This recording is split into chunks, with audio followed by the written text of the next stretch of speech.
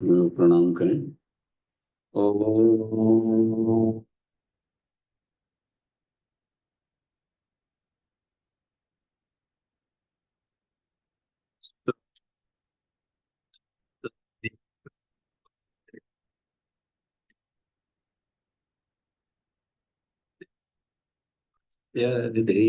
माही धियो यो न जो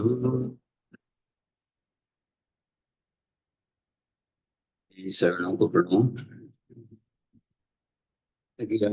बुद्ध नवरात्रि का पूर्णाहुति है। तो अब तक की कक्षाओं में हम लोग आत्म संयम जो गीता के दूसरे अध्याय पर मनन चिंतन कर रहे थे और उसको व्यवहार में प्रैक्टिकली कैसे हम ले आए, इस पर इसको समझा गया और बहुत से साधक अपने जीवन में उसको उतार भी लिए हैं।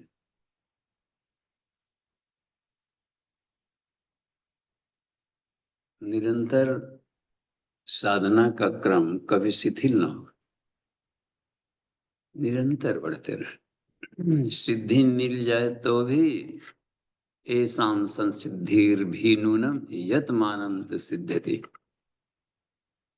उसके बाद भी प्रयास बंद नहीं होना चाहिए, क्योंकि संसार हर क्षण गतिशील है।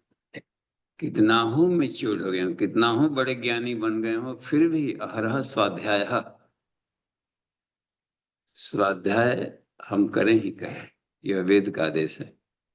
नास्तिको वेद निंदक, जो वेद के आदेश की अवहेलना करता है उसी को नास्तिक कहते हैं। न आस्था, अनास्था।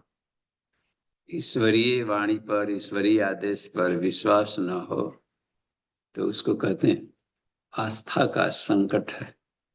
आधार ही कमजोर है तो वह आदमी अपने जीवन में भी कुछ अधिक मंगल में सिद्ध नहीं होगा। थोड़ा बहुत दूरी तक हर कोई चल देगा, पत्थर भी लुढ़क जाता है कहीं। अस्थायित्व है तत्पदम दर्शिता मेरा, तस्मै श्री गुरवे नमः।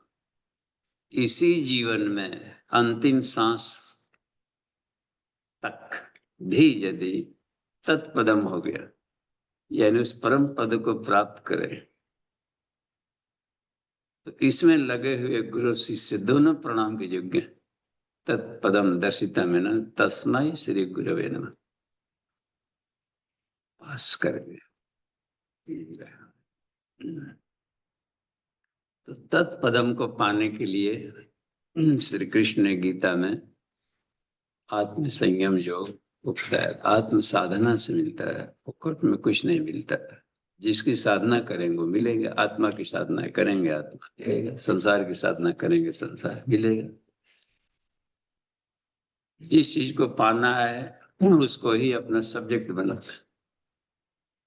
मनाही नहीं है कि संसार की साधना न करें, अपने नीड्स के आधार पर है। अपनी आवश्यकता है संसार की तो संसार की साधना करें, नहीं तो मन इधर भागेगा, नचिकेता की स्थिति नहीं आएगी।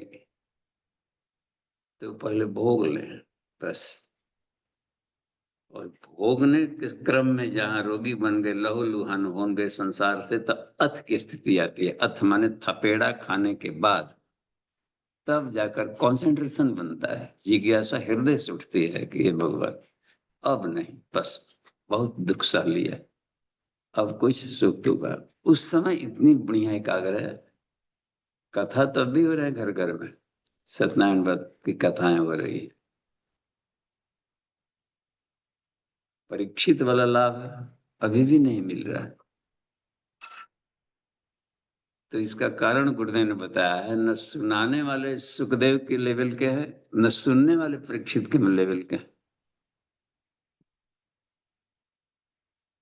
पूछने वाला राम जैसा व्यक्तित्व था और बताने वाला वशिष्ठ जैसा व्यक्तित्व योग वासिष्ठ में।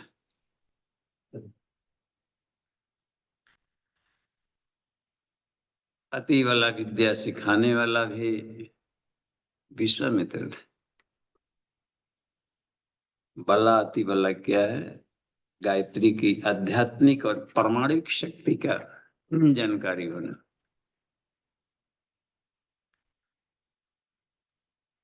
जब धनुष टूट गया था, एक बात याद आ गई। तो जनक की सभा में जब परशुराम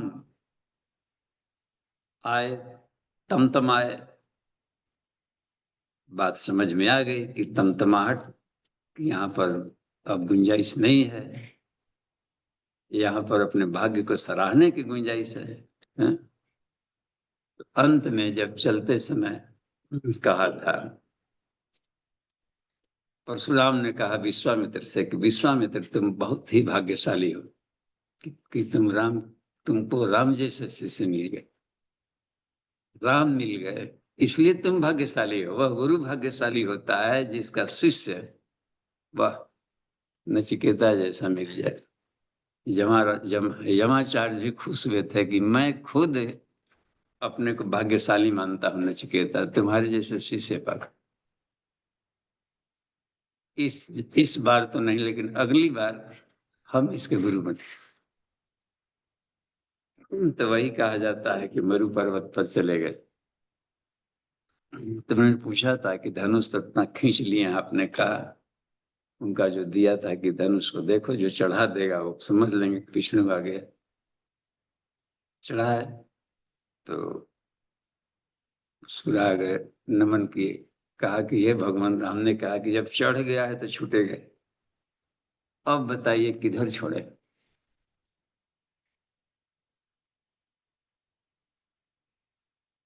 तो आपके जन्म जन्मांतरों के पाप पुण्य के कर्मों का क्रिया प्रतिक्रियाएं जो भी किए हैं उसको नष्ट करें,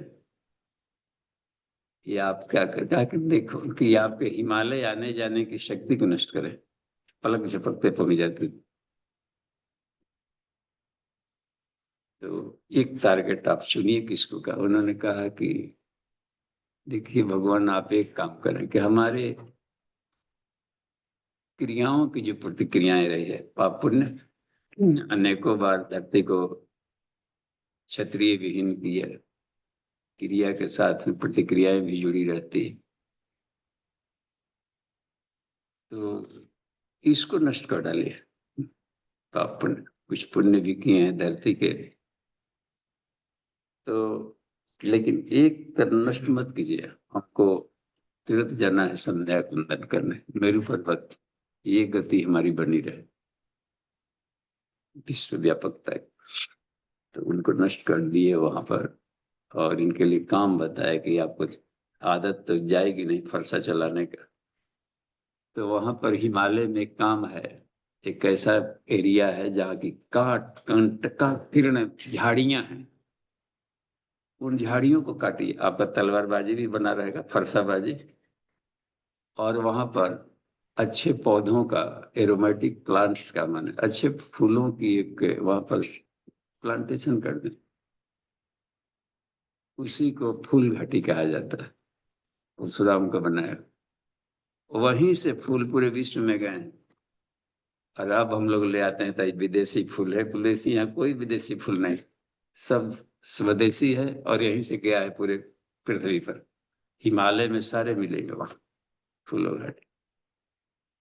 तो वो है, क्योंकि बाहर जगह कल्चर ही नहीं है साहब, जहाँ बर्फ ही गिरता रहता है, देखते हैं वहां पर तो बराबर क्लाइमेट नहीं है, लेकिन वहां की जलवायु, वहां के देवताओं का संरक्षण हुआ। तो ये है। तो यहाँ करने का ये मतलब है कि हमारी साधना निरंतर गतिशील रहे। और गुप्त नवरात्रि सत्र का आज समापन है, तो पूर्णाहुति करेंगे। और चारों नवरात्रियां, जो गुप्त नवरात्रि और जो प्रधान नवरात्रि है, चैत्र और आश्विन, तो वो होता है हाफ ईयरली, 6 माह पर आने में।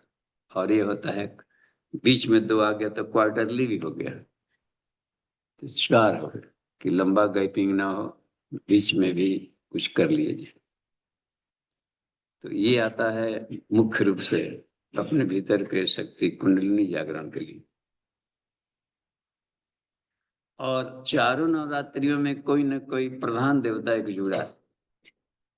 देखो, चैत्र नवरात्रि में भगवान श्री राम का है,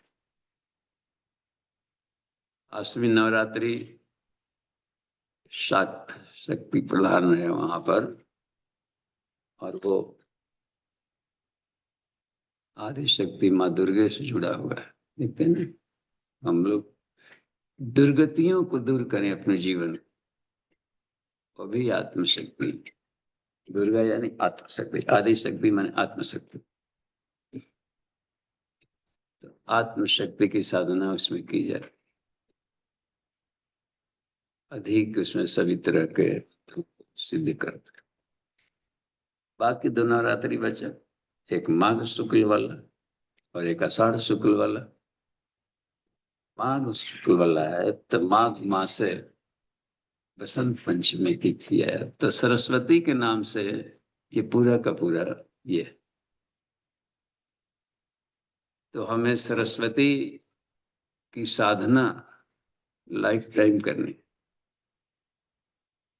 क्योंकि तीनों शक्ति धाराओं में सरस्वती एक नंबर पर।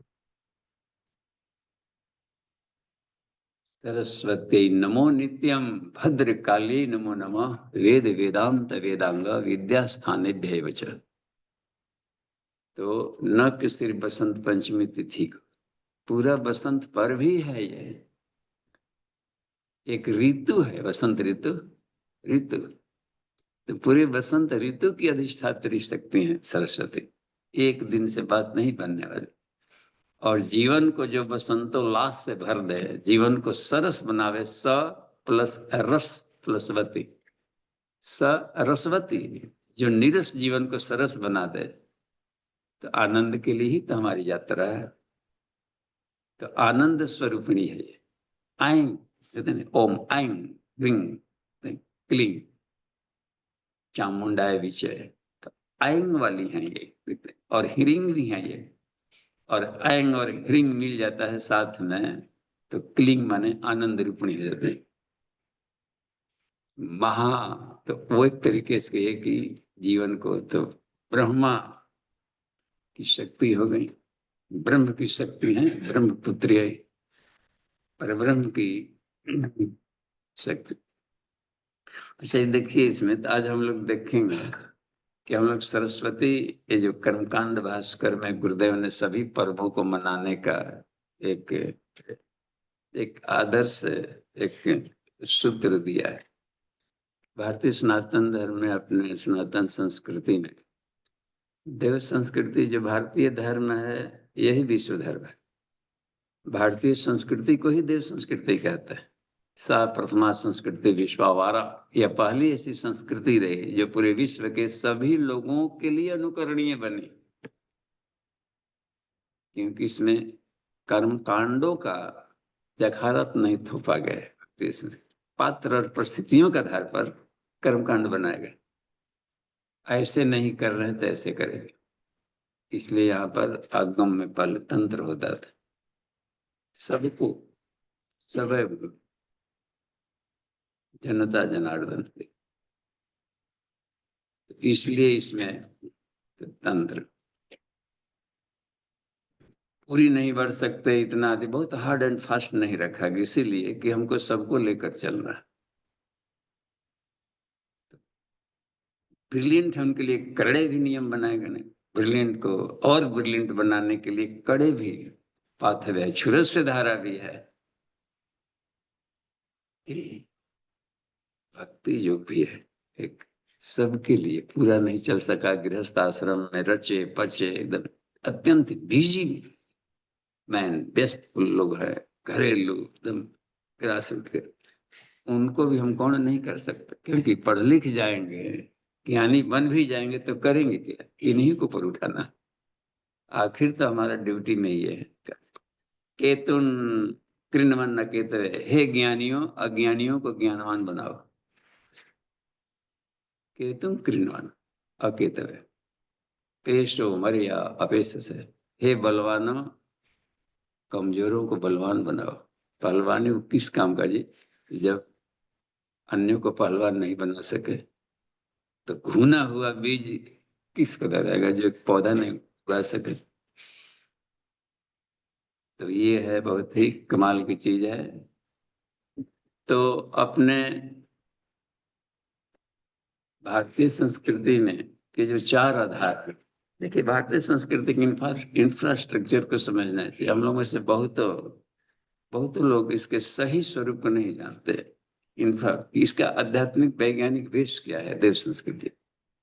तो देव संस्कृति के दो निर्माता, यज्ञ पिता, गायत्री माता, यानी अध्यात्म और विज्ञान। यज्ञ कहते हैं वैज्ञानिक विज्ञान को, पदार्थ विज्ञान यानी संसार में निरापद बेहतरीन स्वर्गिक कर्म करने की शैली यज्ञ। यज्ञो वै श्रेष्ठतमम कर्म। जहां भी कल्याणकारी कर्म कर रहे हो, यज्ञ कल्याण हेतु है, किसी भी तरह का जिससे आम जनता का कल्याण हो रहा हो, लोक कल्याण है, उसको यज्ञ करें। यज्ञ में ये अग्निहोत्र भी एक साइंस है, जिसमें मेडिकल साइंस जुड़ा है, प्लांटेशन का, मेडिसिनल प्लांट पौधे औषधियां एक, अग्नि विज्ञान रेडिएशन साइंस दो, और मंत्र विज्ञान तीन, तीनों को मिला करके याज्ञवल्क्य ऋषि ने एक यज्ञोपैथी नामक साइंस निकाला, फादर ऑफ यज्ञोपैथी, उसको यज्ञ विज्ञान का। इससे और भी बड़ा कल्याण हो जाता है, वातावरण पॉल्यूशन भी दूर हो जाता है, ये भी हो गया। और ढेर सारे ऐसे रोग हैं जो जहाँ दवाइयां नहीं काम कर रही है, ये सब बाहर का खाएं, उल्टी हो गया, ये सब हुआ, इंजेक्शन सेट किया ना किया, लेकिन यज्ञोपैथी सेट कर जाता है। वाष्प के रूप में लेंगे, एक ही बार में ब्लड में चला गया, सब जगह फेफड़े में गया, 1 मिनट के भीतर में 72 बार चला गया हर बॉडी में। कमाल का। ये भी एक साइंस था जिसमें शारीरिक और मानसिक रोगों को दूर कर। तो ये भी जल कल्याण में अग्निहोत्र का है। ज्ञान यज्ञ, भूदान यज्ञ देखते हैं, उसमें अग्निहोत्र नहीं किया गया।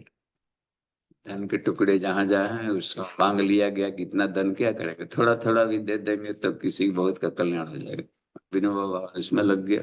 भूदान यज्ञ, स्वयंवर यज्ञ, ज्ञान यज्ञ, जप यज्ञ, यज्ञ नाम जप यज्ञ। उसमें ईश्वर का स्मरण कर रहे हो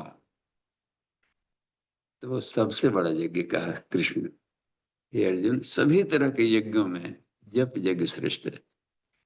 ईश्वर को स्मरण करें, ओम स्मरा, ओम स्मरा, वेद का ही आदेश है, ओम स्मरा, बस ईश्वर के सिवा यहाँ दूसरा कुछ नहीं है। ओम स्मरा, ओम खंग ब्रह्म, यजुर्वेद के मंत्र का अंतिम वाला ओम खंग ब्रह्म। ये सारा ब्रह्मांड ओम से, ओम की धुरी पर चल रहा है, बस। तो उसको स्मरण करना, मेमोरी में रखना इन चीजों को। तो कहा कि ये सबसे बड़ा यज्ञ होगा, आदमी के भटकाव नहीं होते हैं उस अवस्था। तो अब यहाँ पर देखिए कि जो पर्व त्योहार बनाया गया, तो भारतीय संस्कृति में तो एक बात रह गई कि अध्यात्म और विज्ञान, थ्योरी और प्रैक्टिकल, सैद्धांतिक प्रायोगिक, बस दो बात है। सद्ज्ञान, सैद्धांतिक को सद्ज्ञान कहते हैं, प्रैक्टिकल को सत्कर्म कहते हैं। दोनों को मिला देंगे, उभयोरपि संबद्ध, या दोनों को संबद्ध कर दें तो उसी को कह दिया जाता है यज्ञ। यज्ञोपवीत जने सीखा, यज्ञोपवीत जो रखा है सिंबॉलिक है, ये इसको कहते हैं मध्यमा वाणी, कि हम भुलाए मत लाइफ टाइम अपने ज्ञान को, उच्च चोटी, चोटी चोटी माने ऊंचा विचार, उत्कृष्ट दृष्टिकोण, ये रखना है हमें, ऊंचा विचार। इसके लिए मस्तिष्क में पताखा बनी रहे। यज्ञोपवीत रखा कि सत्कर्म प्राण में 3 लड़ियां हैं। देवताओं का ऋण चुकाना, अपने को देवता बनाना है। ऋषियों का ऋण ज्ञान विज्ञान से अपने आप को संपन्न बनाना है। बेचारे इतना मेहनत किया, हजारों बरस तप किया हमारे लिए, ज्ञान को खोजा, हम उसको मारे, ज्ञान को दफनाएं मत, जीवित रखें, और देश काल परिस्थिति के अनुसार उसमें मोल्डिंग नए रूप में डाले। युग व्यास व्यास कहा जाता है, वेद के शाश्वत ज्ञान को युग के अनुरूप ढाल व्याख्या करे व्यास। वो सारे मंत्र वही रहेंगे, वेद युग के अनुसार उसकी व्याख्या होगी कि आज के लोगों के लिए उन मंत्रों का एप्लीकेशन किस रूप में किया जाए, क्योंकि वो शाश्वत है। हाँ, हर एक युग में एक समान उपयोगी। तो इस तरह के पर्सनालिटी को व्यास कहते हैं। युग व्यास, युग ऋषि, वो रिसर्च करेगा कि आज के लोगों के लिए अपनी देव संस्कृति को किस रूप में अक्षुण्ण बनाए रखा जा सकता है, बस शाश्वतता बनेगी तो ही जीवन सरस रहेगा। सरस्वती, ये तो नीरस हो जाएगा। देखते हैं ना, अल्टरेशन खोजता है ना, अल्टरेशन बदलाव, मन बदलाव खोजता है, परिस्थितियां बदलती रहती है, हर क्षण बदल रहा है, तो हम ही क्यों स्थिर रहे।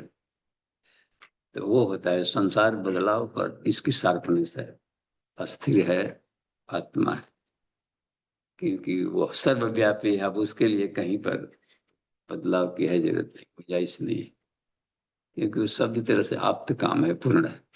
अब हम लोग देखें यहाँ कि इसमें रखा गया है क्या है, तो सिद्धांत का रखा गया, तो अपने देव संस्कृति के 4 सिद्धांत जो कि प्योर परा साइंस है, विशुद्ध वैज्ञानिक है, उसमें हेरफेर नहीं होता है।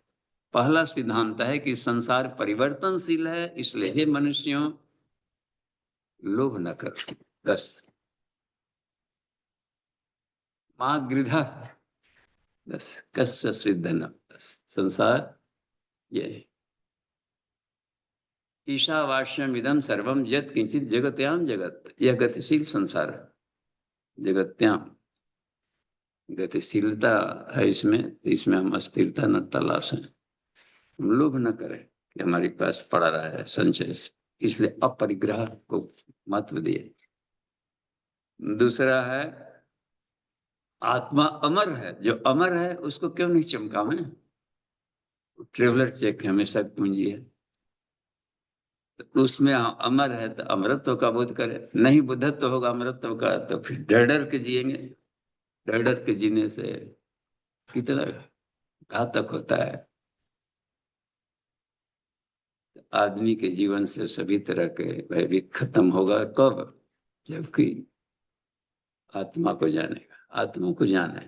बस ये सिद्धांत है। ये युग बदल जाए, कुछ भी हो जाए, अनंत युग आ जाए, लेकिन अध्यात्म के सिद्धांत सूर्य की तरह हमेशा एक रहता है, वो नहीं बदले सिद्धांत।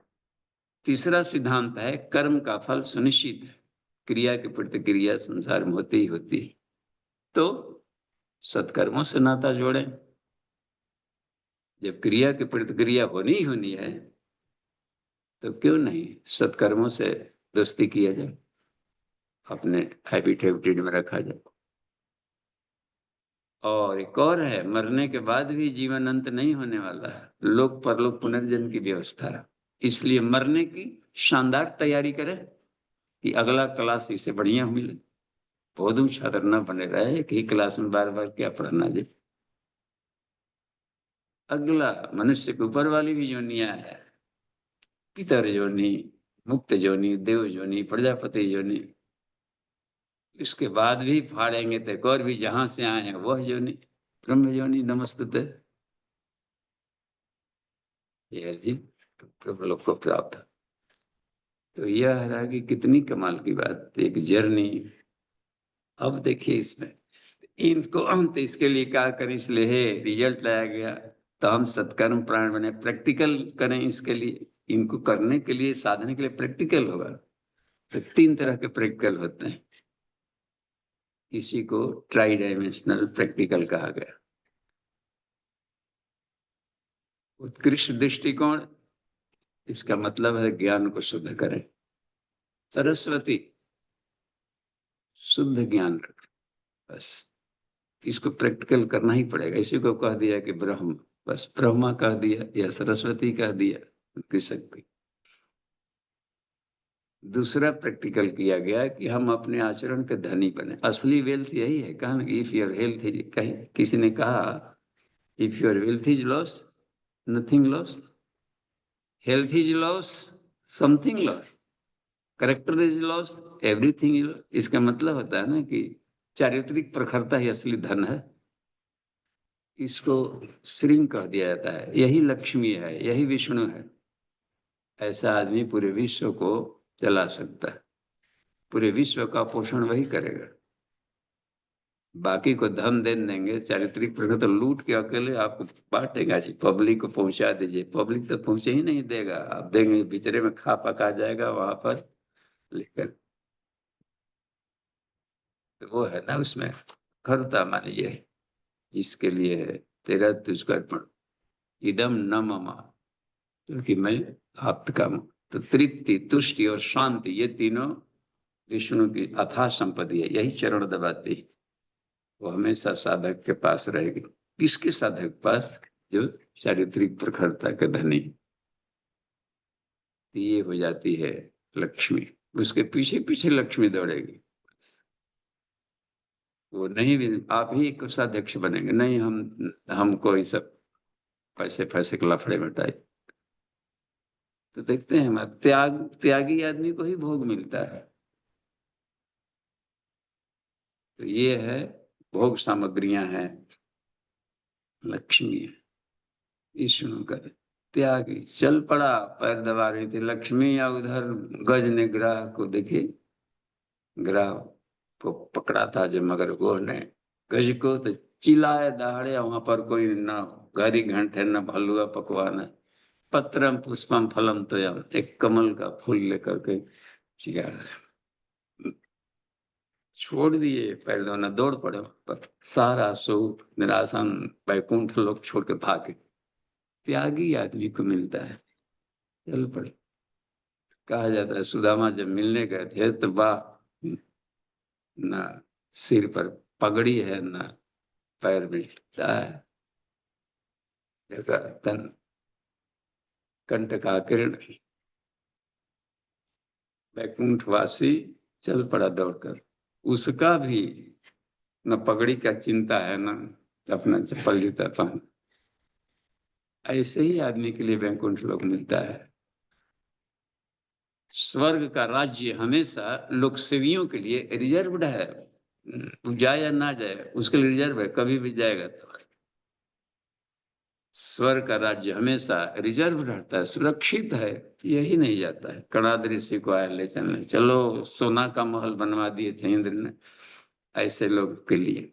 अत्यंत वीआईपी मानधाता पहुंचा, खूब यज्ञ कराकर 100 यज्ञ करा करके पहुंचा वहां पर कि हमको तो सुप्रीमो फ्लैट मिलेगा। वहां चांदी का फ्लैट मिला था। देखा कर सामने में तो स्वर्ण के सब कुछ है।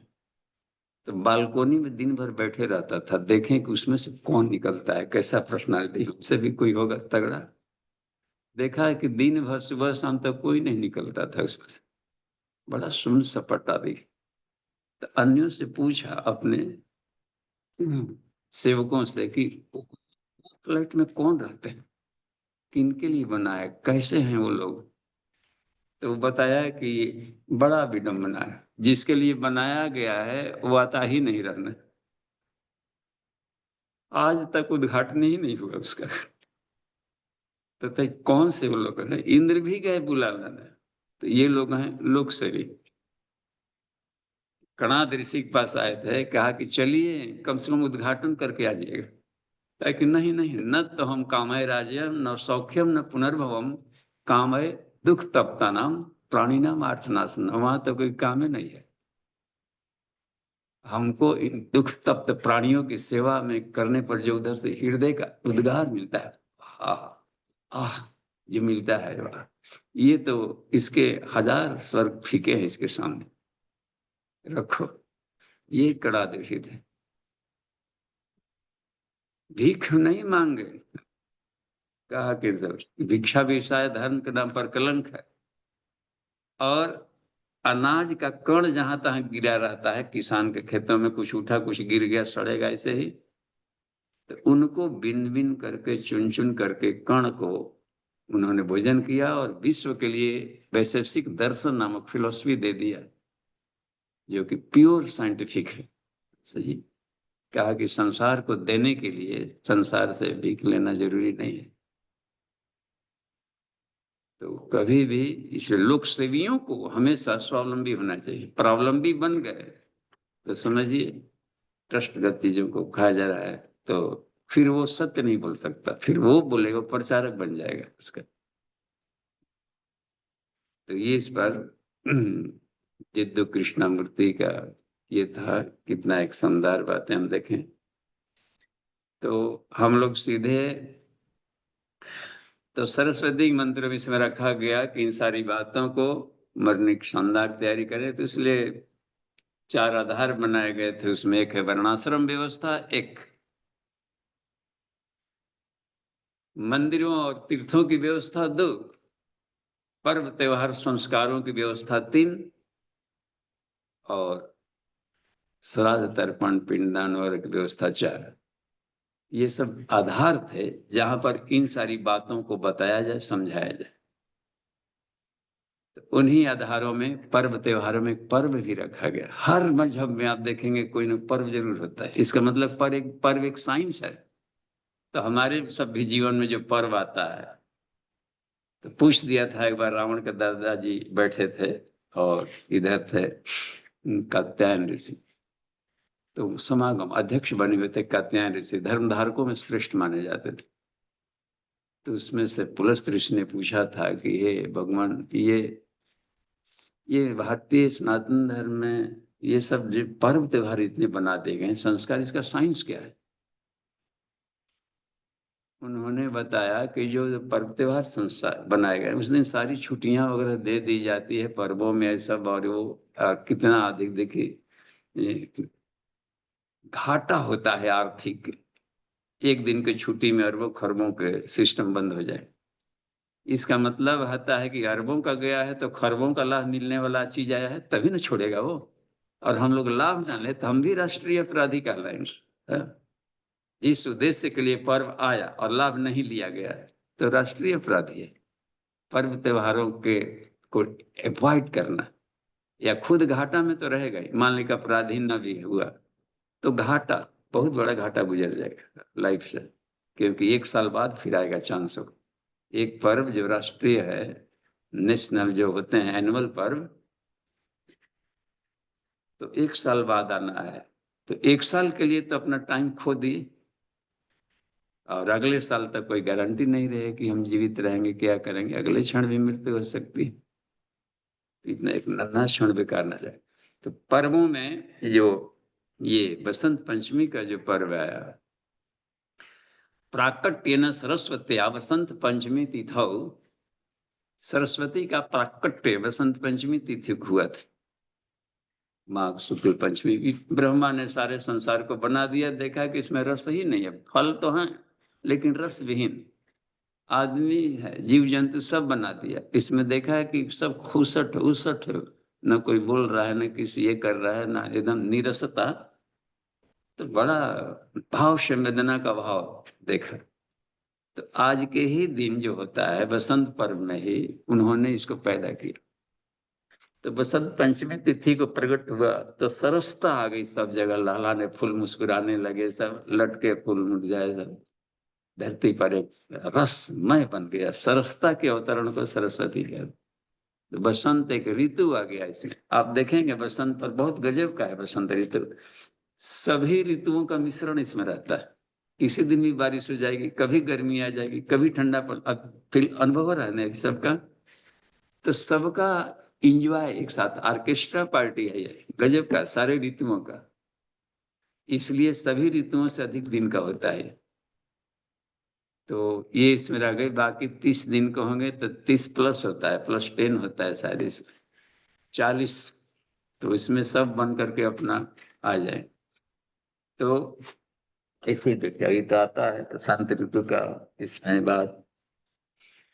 तो अब हम देखें कि जीवन का, हमारे जीवन में बसंत आया कि नहीं है। उल्लास, आनंद, आनंद और उल्लास में जीवन हो। जब कितना आनंद, हर हाल मस्त रहे न, खाली सुख मिला तो मस्त रहा, दुख मिला तो उदास हो गया, ये हर हाल मस्त रहे। कितने लोग को पैसा मिला तो खुश, माल मस्त कहलाते हैं नहीं पैसा है तो कितना पैसा, हर हाल मस्त पैसा रहे या ना रहे, क्या है, तो ये वाला स्थिति पाया जाता है बसंत ऋतु आने का उद्देश्य, हर हाल मस्त रहे।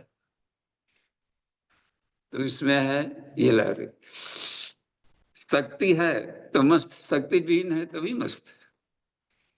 तुकाराम को गांव वालों ने पीट पाट करके कर दिया, बैल मर गया बेचारा, पत्नी मर गई, बच्चे भी मर गए, और गांव वालों ने भी किसी चीज के आरोप में उस संत बेचारा आदमी उसको लेकर के पीट पाट के खड्ड में फेंका।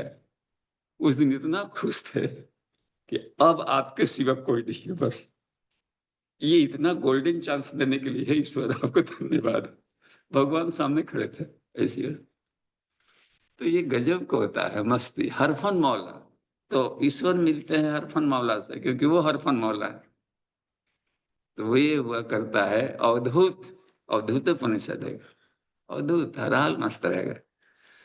तो ये अंतिम कक्षा होती है, इसको कौल भी कहते हैं, ये कौलाचार इसमें आता है, कहते हैं ना शाही स्नान सब कर रहे थे।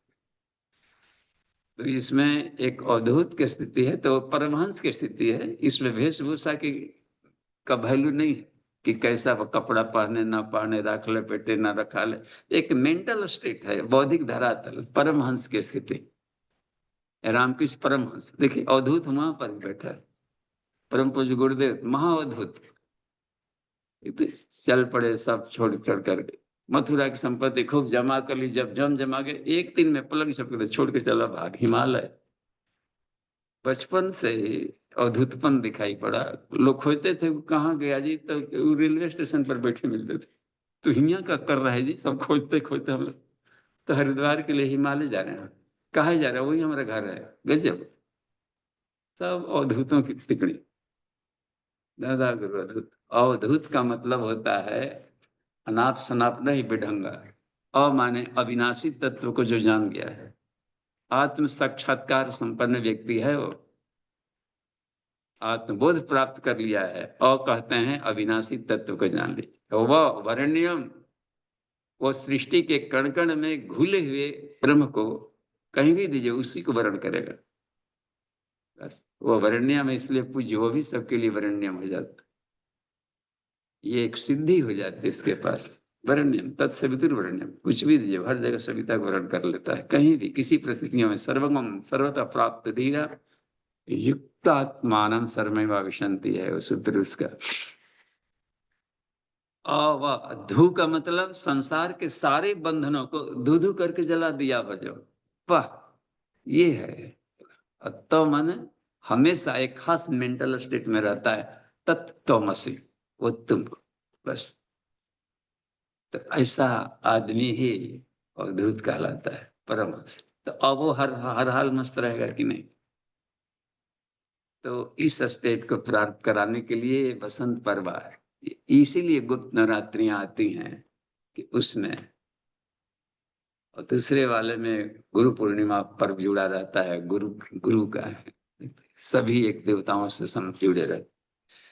इसमें आप देखिए कहा कि पर्व मनाए जाएं, तो पर्वों में बताया था कात्यायन ऋषि ने कि पर्व का औचित्य क्या है कि भावना तो समाज जो संस्कार किए जाते हैं उसमें, निर्माति मानवम देवम वैदेश संस्कृति, जो मनुष्य को देवता बनाए तो दो तरीका अपनाए गए, एक कि इंडिविजुअल्स को ऑपरेशन किया जाए उसको संस्कार कहते हैं, नामकरण अन्नप्राशन एक एक का उम्र के आधार पर इसको हम कुछ न कुछ प्रक्षालित करते जाएं, दिशा दें, कुछ संकल्प लें, कुछ क्रियाकलाप में जोड़े, ताकि उसको अनगढ़ पत्थर टेढ़ा मेढ़ा भी है तो शिव जी बन जाए।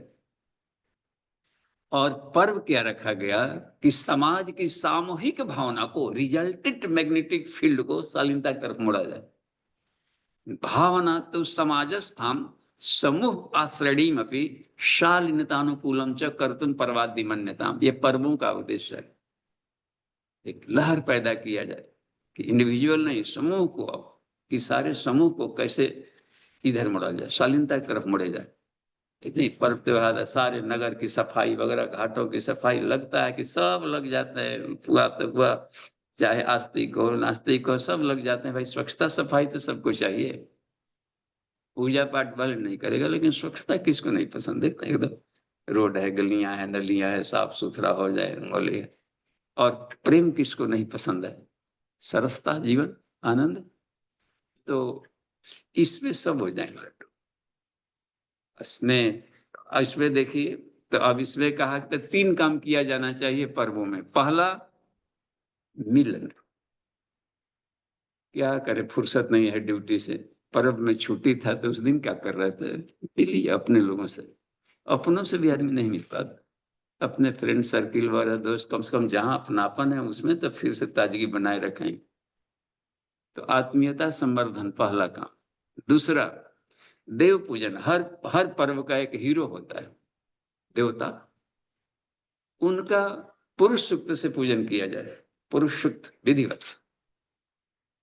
ब्रह्म सबसे बड़ा, मैं उसके बीच में, उसको ब्रह्म मैं प्रकाश उसमें डाले, लाभ ले उसके भीतर की। इसका मतलब होता है कि उसको काफी उसमें विराटता की तरफ हम ले चले। अपने भीतर में, गांव में, समाज में देवत्व को संवर्धन किया जाए, ये देव पूजन का उद्देश्य।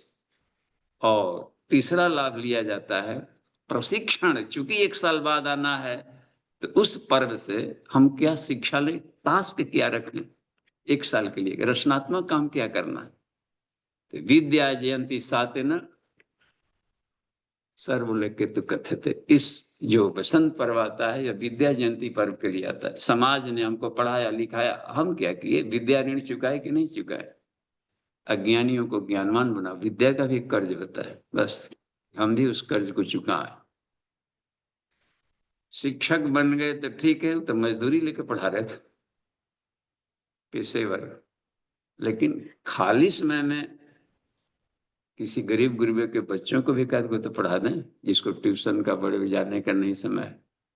तो बाल संस्कार शाला कहीं खोल दिया, कुछ भी 1 घंटा आना, हम पढ़ा देंगे फ्री में, निःशुल्क। उसमें क्या होता है कि दिया लिया नहीं, तो शांति नामक कोई तत्व नहीं है, उसी के फल, उसी को शांति का बड़ा भीतर से एक अच्छा गुदगुदी होता है, बड़ा एक राहत मिलती है। वो चिकित्सक भी है हर जगह, अपने अपने क्लिनिक में तो खूब आ रहा है, रसीद कटाई, पहले फीस दीजिए तब इधर घुसिए, बात तक करने के।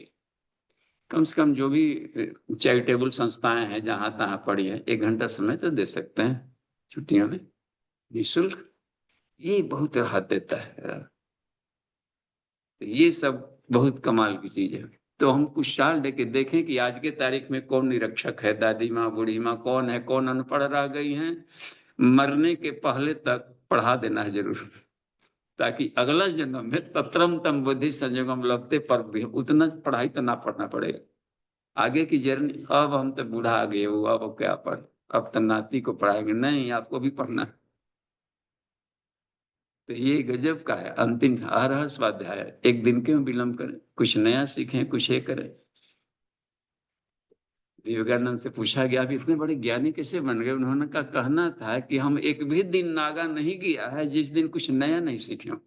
ये देखिए, हर दिन हर हर स्वाध्याय में लगे रहते थे, कुछ न कुछ। ये कमाल की चीज है। तो ये ऐसे ही देख लीजिए। और पूजन क्रम में देखिए, कर्मकांड मनाए कैसे हैं। किसी देवताओं का पर्व पूजन है तो कर्मकांड भास्कर ने सभी पर्वों को मनाने के तरीका बताया। गुरुदेव का कहना है कि पर्व अनेक, अपने भारतीय धर्म में तो इतने पर्व बना दिए गए हैं कि पता नहीं कल अगला पर्व त्योहार तक जिंदा रहेगा कि नहीं। तो एकम को भी होता है ना, प्रतिपदा, कलश स्थापना, दूज तारीख को भी दूज, दूज वाला ढेर पर्व है। 3 में भी तीज रखा, 4 में भी करवा चौथ, चौथ चतुर्दशी, गणेश, सब ये पड़ल है ढेर सारा का। 5 में भी बसंत पंचमी, ऋषि पंचमी, नाग पंचमी, पड़ल है इसमें, एक भी तिथि को ना छोड़ा। 6 में खष्टी है, सूर्य खष्टी है, सब कर रहा है, कार्तिकेय जयंती मना रहा है। 7 में सप्तमी है, उसमें पड़ जा रहा है, दुर्गा सप्तशती कर रहा है, या सप्तमी के दिन प्राण प्रतिष्ठाएं की जाती हैं, देख तरह बहुत सारी चीजें बन रही। अष्टमी है, गोपाष्टमी है, जन्माष्टमी है, सब बन रहे हैं इसमें। 9वीं में भी रामनवमी आ गया, 10वीं में भी है विजयादशमी, एकादशी तो ऐसे ही पहले ही से बाजार भाव बना हुआ है। द्वादशी अपन आ जाता है, 52 जयंती भी मुस्लिम मना लेते हैं, द्वादशाह करते हैं, द्वादश देते हैं, पितरों का भी आदमी करता है। 12वें दिन अपना कहीं कहीं चल बनता है। त्रयोदशी अपना आ गया, धनतेरस आ गया, असली वही आ गया धनतेरस का। त्रयोदशी, चतुर्दशी अनंत है, भगवान है। त्रयोदश की रात्रि जहाँ पर चतुर्दश का मिलन होता है, तो शिवरात्रि पर भी उसमें आ जाता है बीच में। और अनंत भगवान पूर्ण एक भी दिन कहाँ छोड़ा जी, चाहे पूर्णिमा हो या अमावस्या हो, चाहे उजारका हो या करीबा हो, सब पूजा है। इसलिए रखा गया। तो अब है कि इतना समय देंगे तो ड्यूटी कब करेंगे। तो कहा कि राष्ट्रीय पर्व हो, कम से कम साल में एक एक एनुअल वाला एक एक ऐसा रख लिया गया। तो हर 2 महीने पर करीब एक रखा गया बड़ा सा पर्व, कि कम से कम पर डे नहीं तो वीकली। पाक्षिक होता है एकादशी, वो भी नहीं सहा तो पूर्णिमा पूर्णिमा कर ले। वो भी नहीं समझता है तो हर महीने 2 महीने पर एक बड़ा वाला पर्व रख दिया ऋषियों ने। तो अब है कि कैसे मनावे। पर्व अनेक, चाहे कोई पर्व हो, चाहे उद्यापन करना हो, वो करना हो, जो भी करना हो। ये बैठाना हो ना कि देखो हमको अभी इतना व्रत कर लिए, तुलसी व्रत ला, अब इसको बैठाना, बैठाना माने पूर्णाहुति करना, उद्यापन माने पूर्णाहुति करना। तो कोई भी कथा वार्ता हो, उपाय एक है, खटकर्म से लेकर के रक्षा विधान तक सारे देवताओं को बुला, फिर प्रधान देवता का आवाहन करें, पुरुष से पूजन करें, कर्तव्य व्यक्तित्व पर चर्चा करें, और इसके बाद यज्ञ कर लें। और लोगों को अपना साथ और टास्क ले लें कि हमको अनुयाज के रूप में क्या करना है। प्रयाज माने पूर्व तैयारी, याज माने पर्व मनाना, अनुयाज माने 1 साल बाद के लिए तो गांव में शिक्षा के नाम पर क्या किया जाएगा, लाइब्रेरियां बिठवाई जाए, क्या किया जाए, और सब लोगों के लिए शिक्षा क्या किया जाए, महिलाओं की भी शिक्षा हो, उनको शिक्षा हो। शिक्षा एक क्रांति है बस। और अज्ञानी रहने से बढ़िया है कि जन्म ही न ले। एक जगह कहा था कि शेक्सपियर ने इन लोग करने। और ज्ञान की चर्चा आगे देखिए। तो पूजन करना है, इसमें कुछ मंत्र दिए गए हैं, हम लोग देखें तो एक है सरस्वती के मंत्र में, वेद मंत्रों का कुछ एक हम लोग झांकी ले लें। ओम पावकानः सरस्वती वाजे भीर्वाजिनीवती यज्ञं वष्टु धिया वसु। ये मंत्र है, ये यजुर्वेद का मंत्र है। और इसके जो मंत्र के जो ऋषि हैं, मधुछंदा ऋषि, मधुछंदा ऋषियों का नाम होता है। मधुमक्खी को खोता है, जब प्रश्न कीजिएगा तो उत्तर देगा, नहीं तो चुपचाप रहेगा, उसको रिसर्च से फुर्सत नहीं। हम लोग बिना माने मतलब के थोड़ा सा जान कर लेते हैं, अलबलाए रहते हैं, कहाँ बताने लगे। सहदेव पंडित जैसा होता है, जिनको जरूरत पड़ेगी पूछेंगे, बताएंगे, कुछ अपने मन से उसको सोल्यूशन सुलझाने दें तो रहेगी। तो ये है इनका है कि पावका न सरस्वती, यानी ज्ञान से मनुष्य पवित्र होते हैं। वाह। सरस्वती पवित्रता प्रदान करते हैं, पवित्रता देती है। शिक्षा आ जाता है तो शिक्षित आदमी थोड़ा सभ्य हो जाता है, और अशिक्षितों जैसा व्यवहार नहीं करता है, थोड़ा बाहर से करीने का उसका लाइफ स्टाइल चेंज होने लगता है। देखते हैं आदमी बोल रहे महाराज पढ़े लिखे होकर के आप ऐसा कर रहे हैं, बात आ रही कि नहीं करनी। तो इसका मतलब होता है कि उसका आउटलुक भी चेंज होता है, और धीरे धीरे उसका मेंटल स्टेट भी चेंज होता है। यदि शिक्षा और गहराई में गई, विद्या ददाति इसमें विनयम, तो विनय देता है, शालीनता देता है। और शालीनता एक ऐसी चीज है जिसे संसार का कुछ भी खरीदा जा सकता है। वाह, बिना मोल मिलेगा, सब कुछ खरीद सकते हैं, गजब। तो यह एक बात आ गई। और वाजभीर वाणी जीवती, वह ज्ञान और विज्ञान, अध्यात्म और विज्ञान के द्वारा जीवन के सभी कर्मों को पूरा करती है। यज्ञ अष्टुधिया वसु है सरस्वती, आप सभी तरह के यज्ञ माने कर्मों को आप धारण करें, इस यज्ञ कर्म को धारण करें हमारे जीवन में। पढ़ाई लिखाई, घर, खेल कूद से लेकर जहां भी हो, उसको आप सरस बना दे हमारे। और धियावशु का मतलब होता है वैसी बुद्धि जो कि धन उत्पादक। धन उत्पादक स्कूल कॉलेज पढ़ाया जाता है ना कि अच्छा नौकरी मिले, वो करे करे मैनेजमेंट। अब ज्ञान ही नहीं रहेगा तो कौन किसको नौकरी देगा कहीं भी। तो धिया वस्तु माने ज्ञान से लक्ष्मी की उत्पत्ति होती है। जहां ज्ञान मिला और परिश्रम किए, न्यूरो मस्कुलर कोऑर्डिनेशन जहां पर होगा, ज्ञान ही ना हो तो लेबर को भी आदमी नौकरी ना मिलेगा कि नहीं हम देते कि आओ जी पैर दबाओ और मालिक का पैर तोड़ दे। अरे इतना हम थोड़ी कहे थे तोड़ने को।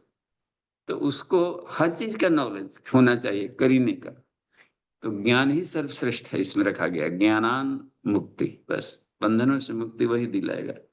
इसलिए कह दिया है कि वो धन उत्पादक हो, राष्ट्र को ऐसा ज्ञान पढ़े लिखे कि राष्ट्र को कंगाली से बाहर निकाले, जीवन को तृप्ति तुष्टि और शांति से भर दे।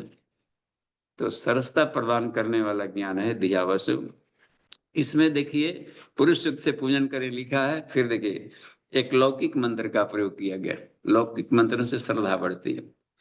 ओम मोहांधकार भरिते हृदय मदीये मातः सदैव कुर्वाशम उदार भावे स्व स्वीयाखिलावयव निर्मल सुप्रभाभिः शीघ्रं विनाशय मनोगतम अंधकारम सरस्वती महाभागे विद्ये कमल लोचने विद्यारूपे विशालाक्षी विद्या देहि नमस्तुते वीणाधरे विपुल मंगल दान शीले भक्तार्तिनाशिनी विरंच हरि वंदे कीर्ति प्रदेखिलम मनोरथ दे बहार है विद्या विद्या प्रदायनी सरस्वती नौमि नित्यम। एक पौराणिक मंत्र दिया है, सरस्वती के ढेर सारे मंत्र हैं एक जगह, जिससे उसमें मिलता है ओम शुक्लाम ब्रह्म विचार सार परमा आद्याम जगत व्यापिणी वीणा पुस्तक धारणीम अभयदाम जाड्याम दकारापाम हस्तस्फाटिक मालिकाम विदत्रीम पद्मासने संस्थाम वंदेताम परमेश्वरी भगवती बुद्धि प्रदाम शारदा। बहुत मिलेंगे। ओम सरस्वती नमो नित्यम भद्रकाली मातस्तदी अखिल। उसमें तो ये सारे और भी है, अष्टाभिर्माम सरस्वती ने लक्ष्मी मेधा धरा कृष्टि। तो इसमें से कुछ एक दे दिया है, जिनको जितना उसमें से श्रद्धा है, टाइम है, श्रद्धा और समय के आधार पर उन मंत्रों को आप बोला जा सकता है। लेकिन उन मंत्रों को यदि अर्थ थोड़ा समझा जाए तो भाव अच्छा बनता है। ऐसे मंत्र बड़बड़ाएं, एक अर्थ समझ करके बड़बड़ावे में थोड़ा सा जाने बिना न हुई प्रतीति, जानकारी बढ़ जाती है तो श्रद्धा बढ़ जाती है। कोई भी मंत्र बोले जाए तो उसकी थोड़ी सी गहराई और भाव संवेदना जोड़ करके बोले जाए। इसमें देखिए इसमें जो दिया गया है उसी को हम लोग देखें। मोहांधकार भरिते हृदय मदिये, मोह रूपी अंधकार से भरे हुए मेरे हृदय में, वाह देखते हैं ज्ञान ही दूर कर सकता है इसको, अज्ञान तेरा। माता सदैव कुरुवासम उदार भावे, आप उदार भाव से हे माँ हमारे हृदय में वास करें। कीचड़ से भरा हुआ है और कीचड़ में कमल की तरह खिल जाइए, कमाल की भाव संवेदना इसमें। मोहांधकार यहाँ पर देखिए श्री अखिलावय निर्मल सुप्रभावी, सरस्वती के हर अंग से एक शुभ ज्योति का प्रकाश निकलता है।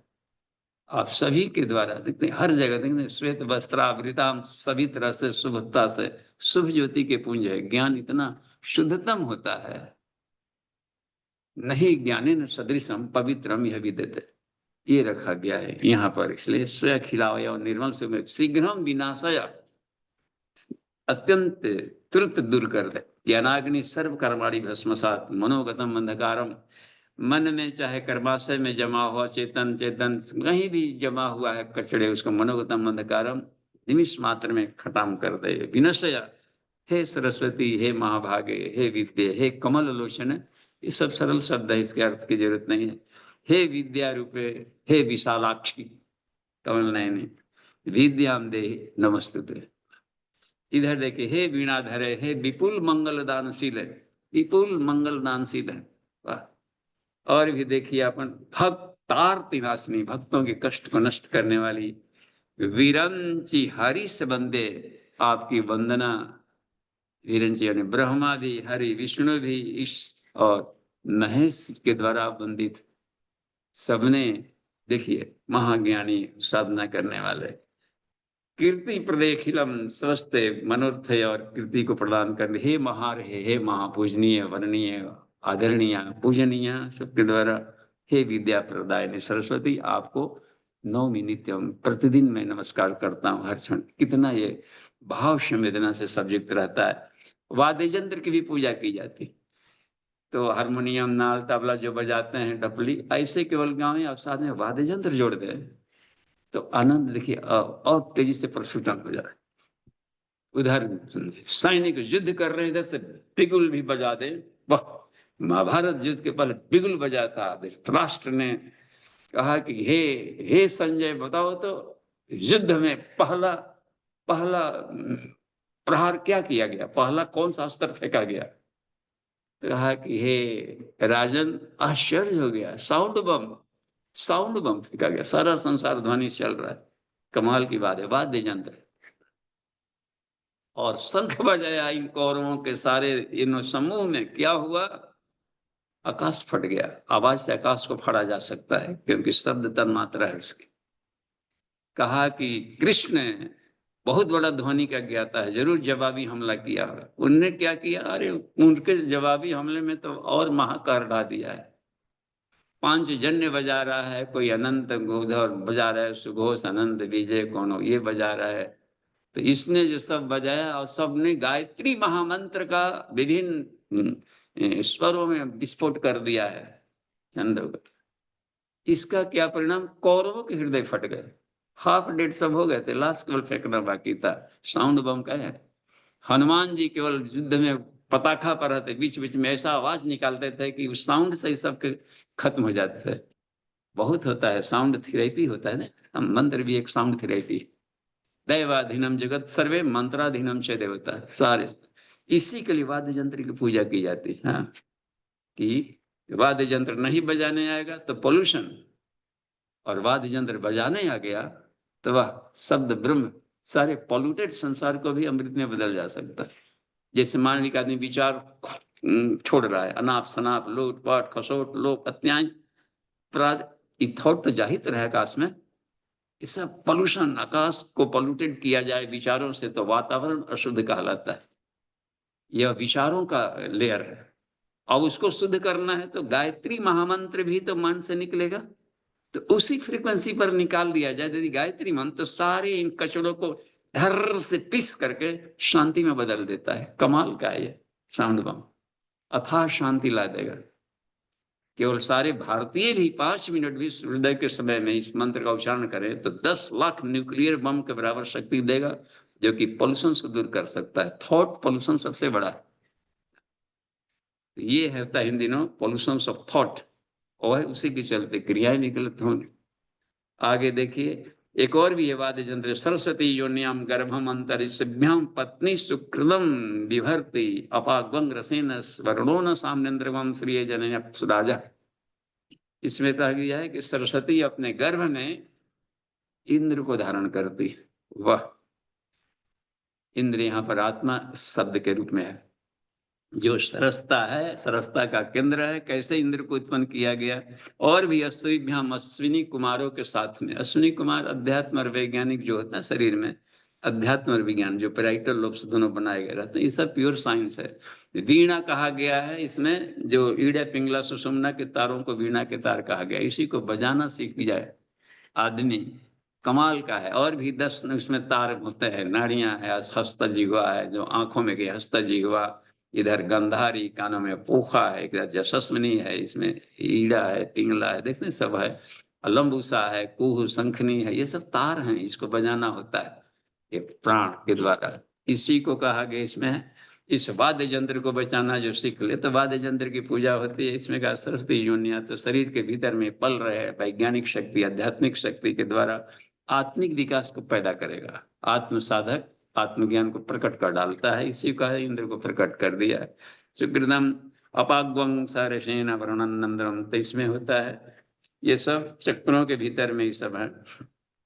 और हे वरुण, जल के देवता, राजा शब्द का प्रयोग किया है इन्हीं के। सामनम, सामनम क्या, सामने शब्द का अर्थ किया गया है कि आप सुषुम्ना को आप में ले जाए, सामने का प्रयोग कर डालें और इनको करें और समृद्धि से भर दें इसको। इसमें मनन चिंतन अनेकों अनेकों तरह के इसके अन्वयीकरण किए गए हैं। तो हम देखें, एक और भी है 13वां 27वां, देखिए यजुर्वेद के, ओम मधुवाता, मोर का पूजन किया जाता है। गजब, ईश्वर इतने बड़े केमिस्ट हैं, मोर का पांख का रंग ऐसा है कि कितना हो 100 वर्ष पड़ा रहे धूप में, पानी बारिश में, कलर नहीं होता है, मुरझाता है। और बाकी कोई भी कलर आप बनाए देखेंगे संसार का, मुरझा जा रहा है। गजब। तो ऐसा रंग चढ़े ईश्वर का अपने पर, उतरे मत।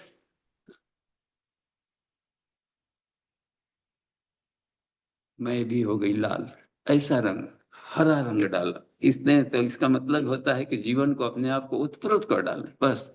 ईश्वर का रंग ऐसा चढ़ है, तो ये कमाल की बात है। ये देता जीवन को कलात्मक बना लें, बाल कंघी वगैरह करके करीने से रखा जाए घर पर, एक सौंदर्यीकरण है, फूल वगैरह की इसमें पूजा की जाती है। और जो साधक होते हैं उनके लिए मधु वातारितायते, हवाएं भी उनके लिए मधुमय हो जाती है। प्राणायाम देखिए, आत्म साधना सही तकनीक से आप करें, क्रमबद्ध टेक्निकल तो सही हो, तो रोग, सारे रोगों को अंदर तन पे उड़ा के रख देगा, मधुमय बना देता है जीवन को। और उनके लिए बाहर की भी हवाएं मधुमय हो जाते हैं। अब दुर्गंधित हवा है और आपने साधक कर लिया है, तन्मात्रा साधना कर लिया, उस दुर्गंध में गुलाब का फूल ला देगा, अंतरलोक से, संसार के लोगों से ला करके पटक देगा वहां। उसके लिए हर चीज मधुमय होती है। मधु वातारितायते मधु क्षरंति सिंधवा, जल भी उसके लिए मधुमय हो जाते हैं। माधुर्न संतोषधि, सारी वनस्पतियां वनस्पतियां माधुरी, नमस्ते सूर्य वनस्पति। देखिए, मधुदो रस्तु न पिता मधुमान स्तरी बनता। और देखिए, माधुरी गावो बमंतु ना, उसके लिए गाँव में भी मधुमय दूध देती है। वाह, ये इतना है। आज बसंत पूजन भी किया जाता है। देख लेते हैं, एक एक एक एक मिनट का और समय ले लीजिए। इसमें है, इसमें बसंत ऋतु होता है। तो बसंत ऋतु ऐसा नहीं केवल यही आएगा, अभी अपना जो आ रहा है माघ से शुरू होने वाला, तो इसमें बसंत कहा जाता है इंजॉयमेंट वाला लाइफ, आनंद है। यानी कि संतान उत्पादन करना, मैरिड करना, ये सब नहीं होता है, कि जीवन को उल्लास आनंद से भरने वाला।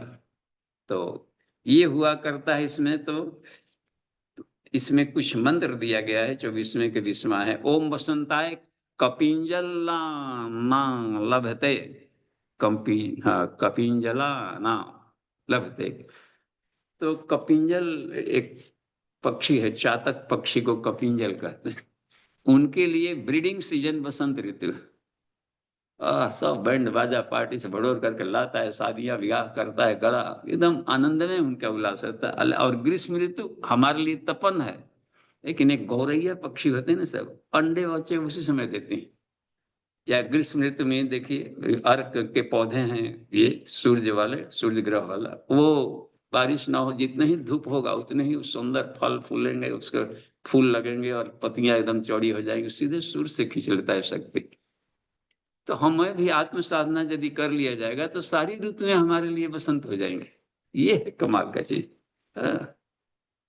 यहाँ पर देखिए, वर्षभ्य और ग्रीष्म ऋतु कलविंकान कहा गया, उसके वर्षाभ्य तितिर तितिर तितिर तितिर तितिर, उनके लिए वर्षा ऋतु होता है। मैरिट अभी होता है ना कि नहीं, मुहूर्त वाला, तो उन लोग के शुभ मुहूर्त आते हैं।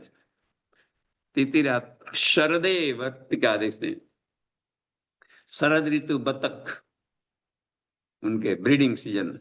हेमंताय ककरान, ककरान एक पक्षी, हमको उसको नहीं देखे हैं कहीं, ककरान कैसा होता है, तो उसमें खोजिएगा कहीं से ककरान कैसा पक्षी होता है, मिले तो।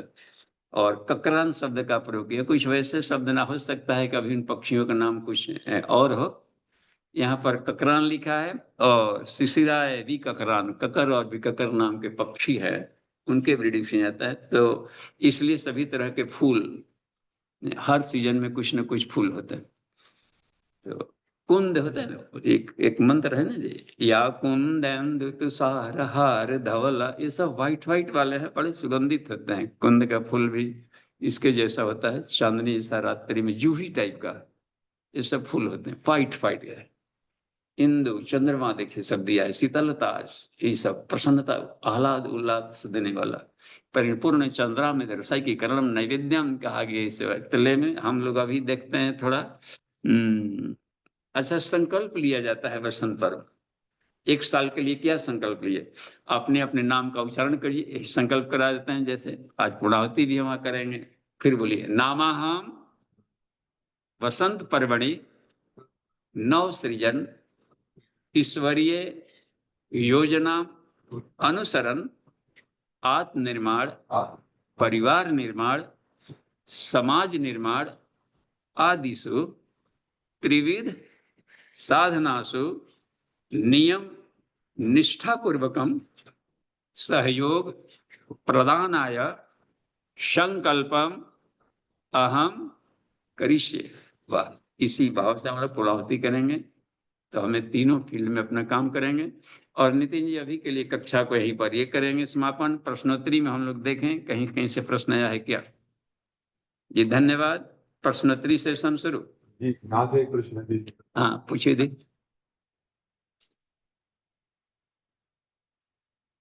कौन उपांग?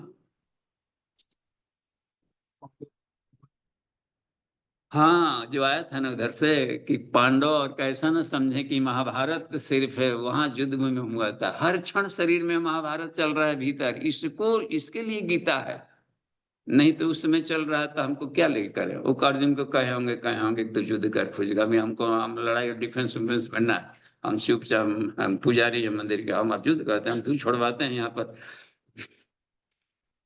तो, तो भीतर के लिए आखिर मंदिर में आया है काहे का, भीतर के अपने मोह वगैरह को, भीतर के युद्ध को दूर करने के लिए। तो अंतःकरण में युद्ध हमेशा चलता है। धर्म क्षेत्र माने अंतःकरण अपने भीतर में, और कुरुक्षेत्र माने कर्म फील्ड। कुछ भी तो काम करते होंगे, गार्डनिंग यहाँ लगाते होंगे, आने वालों को कुछ ज्ञान विज्ञान बताते होंगे कि तू जा करके ये विवेकानंद जाके काली से तो मांग ले, बड़ा कुछ तो जरूर करते होंगे। आपकी जो ड्यूटी है भाव संवेदना बांटना, आत्मा की खेती करना, आत्माता बांटना, ये भी ड्यूटी कर्म है।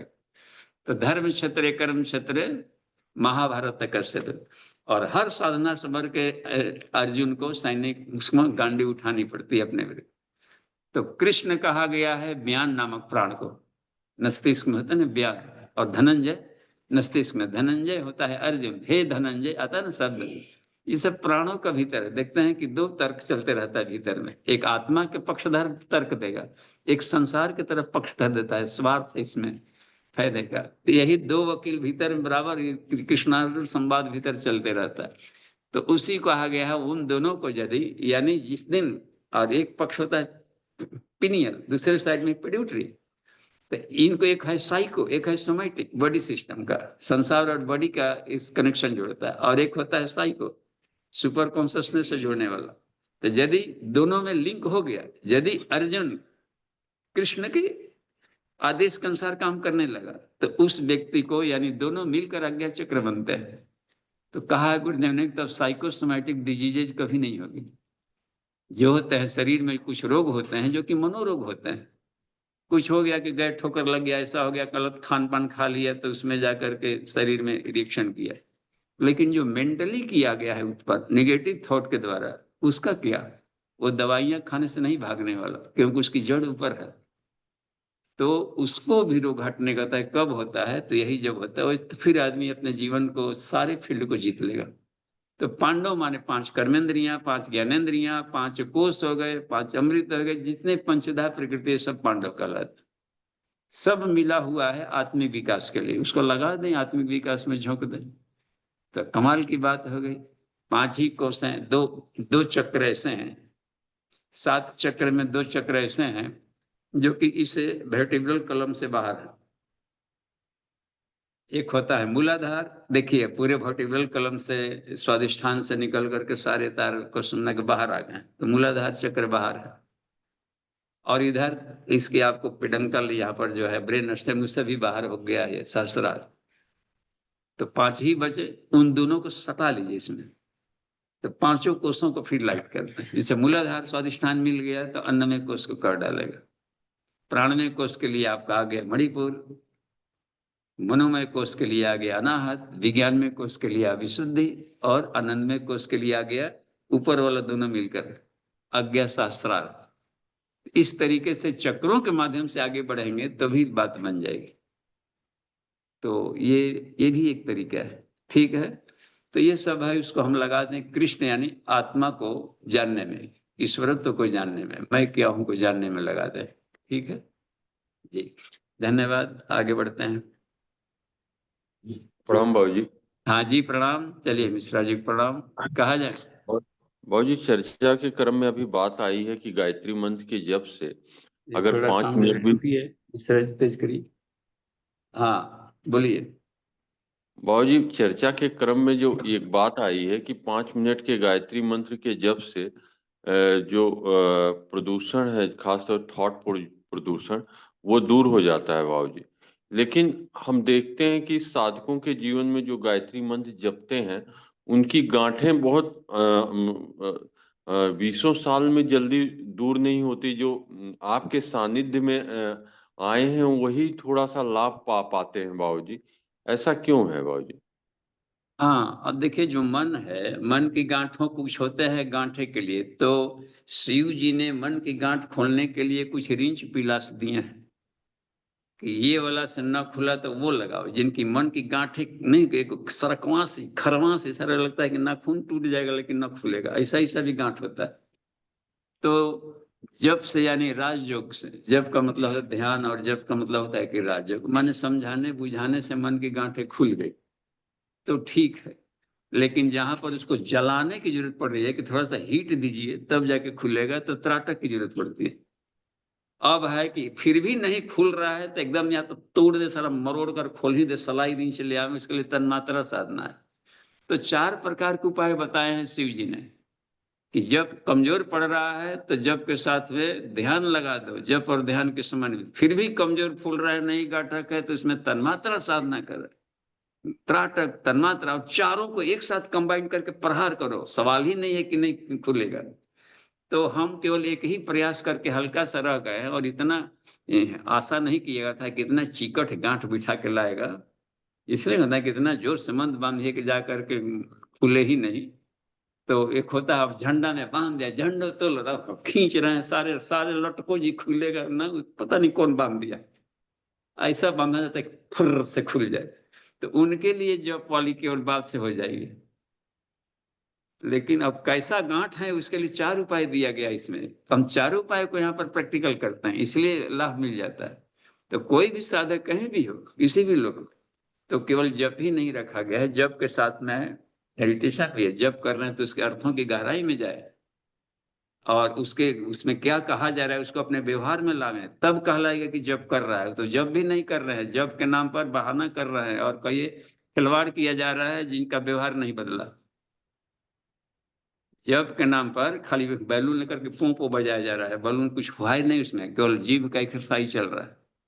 कभी कभी गुरुदेव खिसला गए, बोले कि माला को फेंको शब्द का, या एक प्रवचन में बोल रहा है कि डायनेमो होता है ना, चक्की चलता है, उसी माला फंसा दे घुर बटन से, तो काहे कैसे घुट घुट कर रहा है, वो खुले जनरेटर घुमा देगा।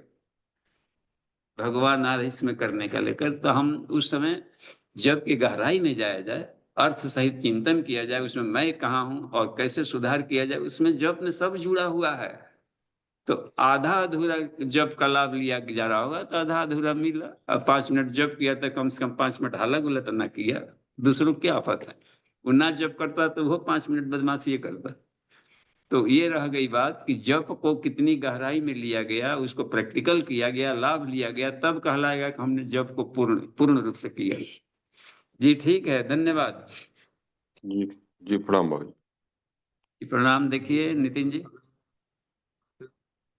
जी जी पूछते हैं कि क्या कर्मों का फल एक बार में पूरा मिलता है कि परमात्मा कुछ शेष रखता है? कृपया प्रकाश डालें। हाँ, एक बार के कर्मों का फल अब यह है कि कितना बड़ा किए हैं। कर्मों का फल तो लाइफ टाइम किए हैं, और लाइफ टाइम का फल होता है, तो फल का मतलब होता है गेस्टेशन पीरियड। कुछ काम ऐसे किए होंगे जो तुरंत फायदा वाला, सरसों भी बोए होंगे, और मूंग भी अंकुराया जाता है, कल खाने के लिए आज अंकुरा दी। और कुछ बो दिए हैं, उधर नारियल भी बो आए होंगे, वो कल नहीं अंकुरेगा, वो अपने टाइम पर होता है। तक हर कर्म का फल तत्काल नहीं मिलता है। कुछ होता है कि अभी करेंगे तो उसके 100 बरस के बाद आने वाला। तो कर्मों के नेचर पर निर्भर करता है, और जीवन भर आदमी ढेर सारे कुछ कर्म किए गए रहे, तो वो बातें बन गई है, तो उसके परिणाम है। भगत सिंह ने कर्म किया, फांसी पर चढ़ा, तो तत्काल थोड़ी आजादी मिल गई। कहाँ 30-31 फांसी पर चढ़ना, कहाँ 47 में आजादी मिला। लेकिन वो कर्म फायदा किया था कहा कि आजादी दिलाने के लिए शहीद होना पड़ेगा, और आज ही होना पड़ेगा हमें, ताकि वातावरण गर्म हो। आजादी के लिए वातावरण गर्म करना होता है, वातावरण गर्म करने के लिए हमें शहीद होना पड़ेगा, बस। अब मिले या ना मिले, लेकिन वातावरण गर्म करिए। गर्म करेंगे तो घी पिघलेगा, तो दूध में से घी निकलेगा निकलेगा। तो गर्मी पैदा करने के लिए, इसलिए किस तरह का कर्म किया गया है, वो कितने दूर में जाकर परिणाम देगा, इस पर निर्भर करता है। टारगेट क्या रह करके किया गया। तो इस लोक और परलोक अभी भी होता है। अभी किसी को गाली गलौज कर देना, अपना तुरंत चाटा मिल जाएगा, तुरंत तो भी फल मिलता है ये करने का। ऊपर से छत पर गड़ चढ़े कूद गए तो तुरंत ही रिजल्ट मिला, तुरंत ना है तुरंत लाभ, तुरंत प्रणाम किए तुरंत लाभ। कुछ ऐसा कर दिया मेडिटेशन के देर से लाभ, कुछ यौगिक मुद्राएं हैं जो तुरंत लाभ देंगे, और ये सब होता है हस्त मुद्राएं, वो बहुत लंबा डोज लेती है तो देर से परिणाम देने वाली।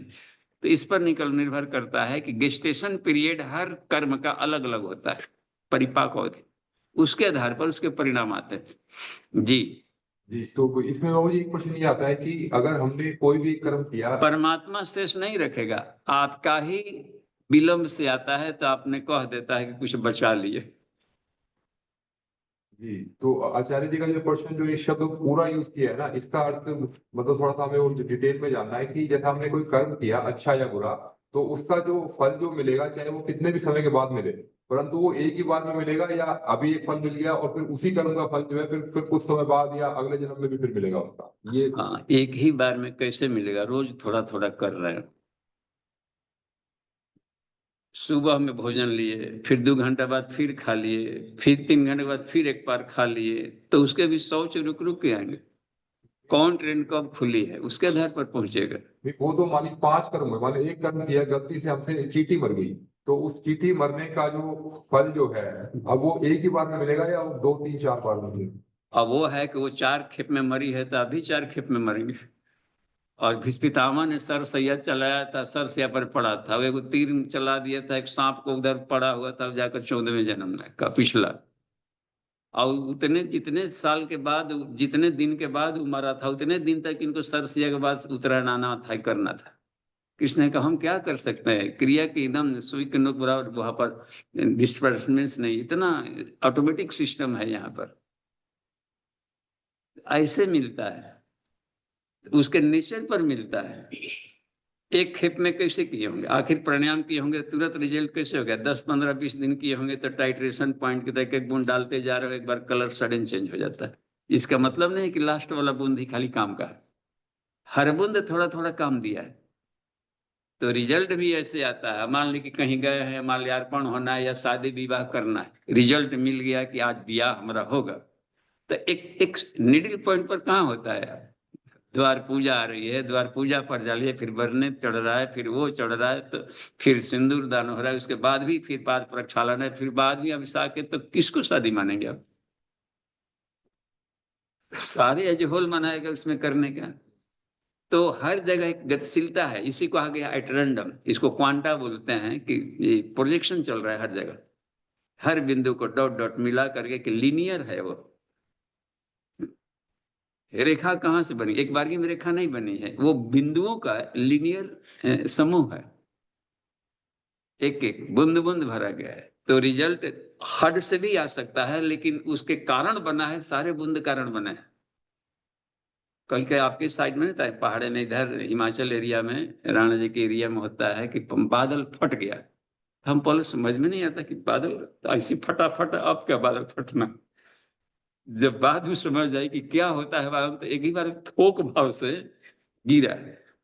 तो थोक भाव से तब आया होगा नहीं, जबकि ढेर सारी जमा होते होते अब वहां के उसके अब इतनी वजनी हो गया कि गुरुत्वाकर्षण बल उसका अपना अब रुकने भर इधर काम नहीं कर पा रहा, गिरा होगा धड़ा से। तो अब ये प्रश्नों का हम समझ नहीं पा रहे ठीक से कि इसमें क्या जानना चाहते हैं। ठीक, ऐसा ही कुछ है। ठीक है, धन्यवाद आचार्य जी को। कुछ भी नहीं। हम्म, चलिए, हैंड रेज करना है तो कर सकते हैं, या संतुष्ट तो बोल दीजिएगा, सेटिस्फाइड, तो खोल दीजिए उनको। और भी कहीं से प्रश्न है तो जी, आप अपने आप को अनम्यूट कीजिए आचार्य जी। चलिए, तब आजू बाजू में कहीं होंगे। ठीक है, हाँ जी प्रणाम। हाँ, कहा जाए प्रणाम।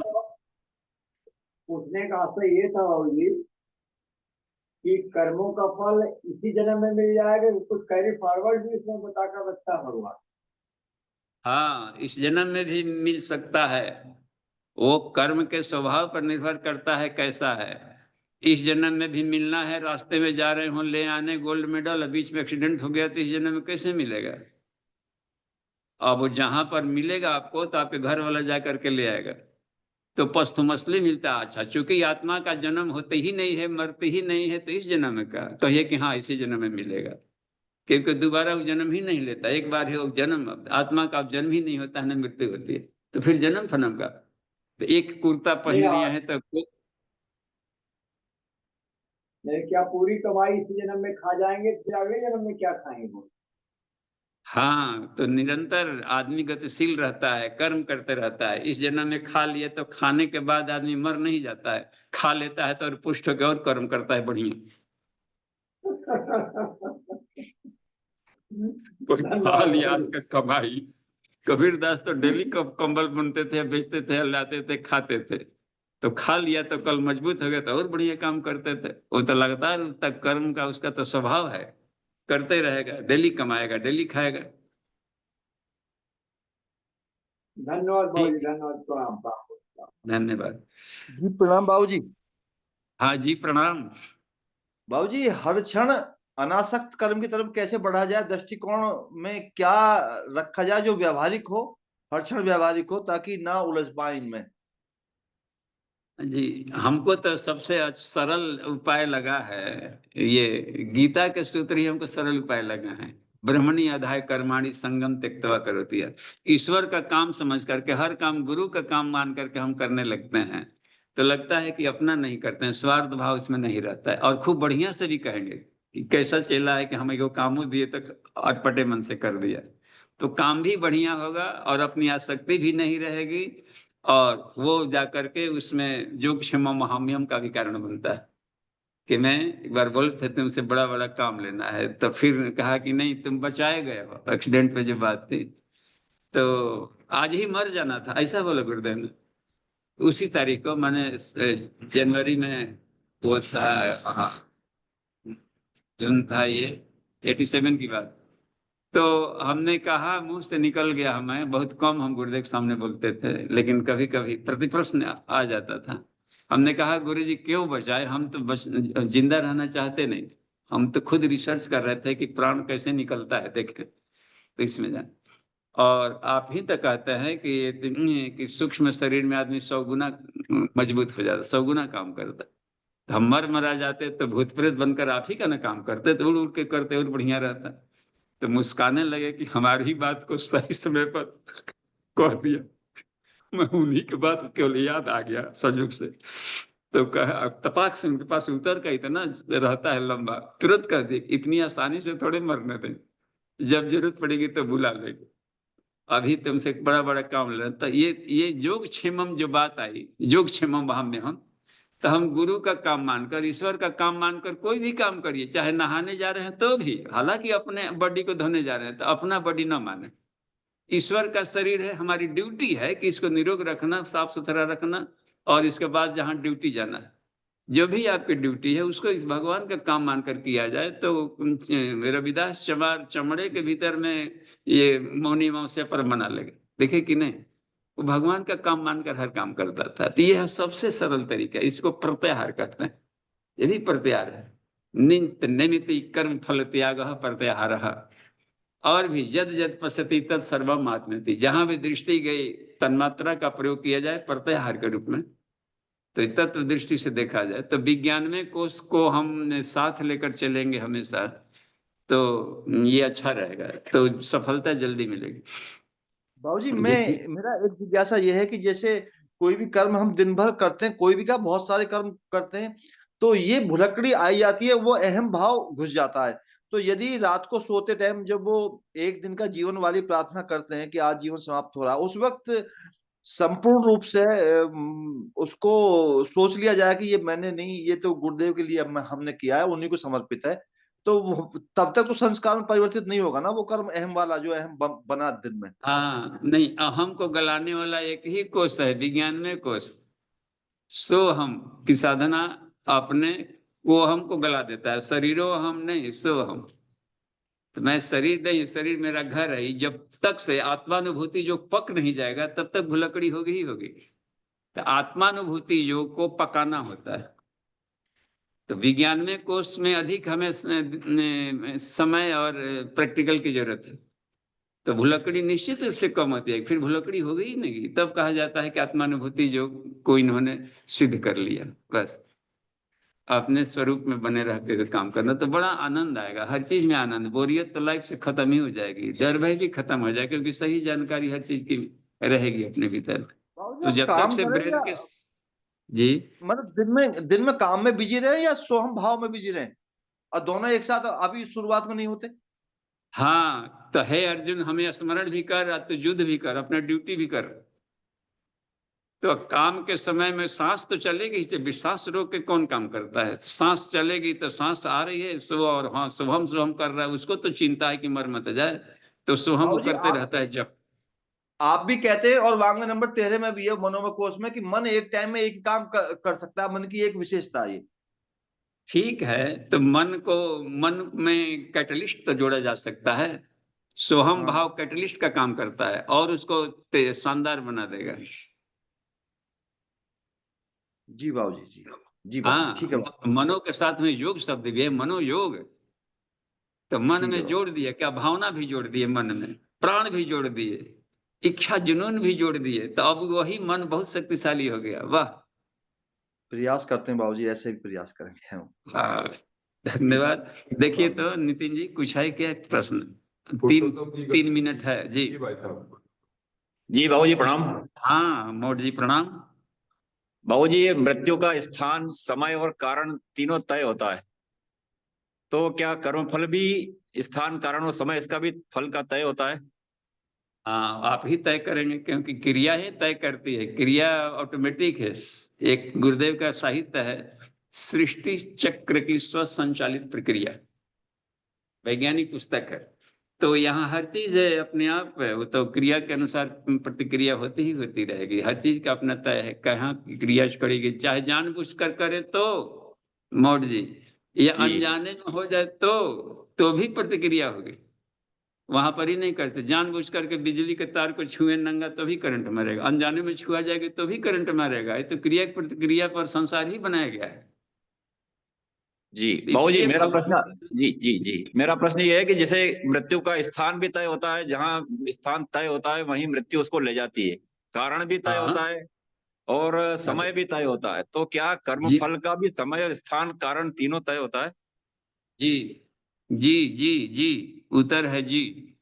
जी धन्यवाद बाबूजी, धन्यवाद। हाँ, क्योंकि आपने खटमल को मारा था और खटमल वहां पर बैठा है, तो यहाँ किसे मर जाएगा? तो खटमल भी वहां पर पहुंचना चाहिए। तो ग्रह नक्षत्र तारे इसीलिए समय लगता है, कि प्रतिक्रियाएं सब तो चली गई, आपको कब जाकर कॉन्सिडेंस होगा, इसलिए वहां पर बात बनती है। इसलिए कर्मणा गहनो गति का मतलब होता है कि बड़ी जटिल है इसकी व्यवस्था समझने का। इसलिए हे अर्जुन, तो इसके पछड़े मत पड़, इतना ही जान ले कि अच्छा का अच्छा परिणाम होगा, गलत का गलत होगा।